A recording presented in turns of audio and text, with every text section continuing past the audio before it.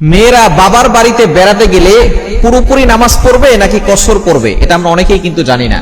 কসর নামাজ পড়ার নিয়ম কি, এটাই আমরা অনেকে জানি না। কসর নামাজ পড়তে হবে কিভাবে?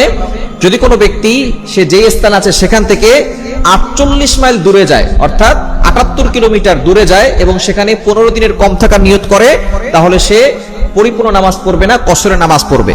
অর্থাৎ 48 মাইল দূরে আর 78 কিলোমিটার হয়, এরকম দূরে যদি সে যায় এবং 15 দিনের কম থাকার নিয়ত করে, তাহলে সে সেখানে পরিপূর্ণ নামাজ পড়বে না, কসর পড়বে। অর্থাৎ 4 রাকাত বিশিষ্ট নামাজে 2 রাকাত পড়বে এবং মাগরিবে 3 রাকাতই পড়বে, ফজরে 2 রাকাতই পড়বে এবং বাকি জোহর, আসর, মাগরিবে 3 রাকাতই পড়বে, এশায় 4 রাকাতের জায়গায় 2 রাকাত করে পড়বে। যেখানে 4 রাকাত সেখানে 2 রাকাত নামাজ পড়বে, ফরজ নামাজ। এছাড়া সে সুন্নত পড়তে পারবে, কোনো সমস্যা নাই।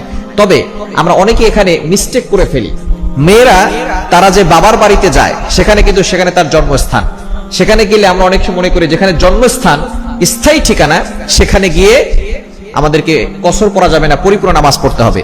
তবে বিয়ে করার পরে মেয়ে কিন্তু স্থায়ী ঠিকানা তার স্বামীর বাড়িতে হয়, বাবার বাড়িতে হয় না। এক্ষেত্রে তার স্বামীর বাড়ি যদি 78 কিলোমিটার দূরে হয়, সেখানে যদি কম থাকার নিয়ত করে, তাহলে কিন্তু সেখানে গিয়ে সে কসর পড়বে।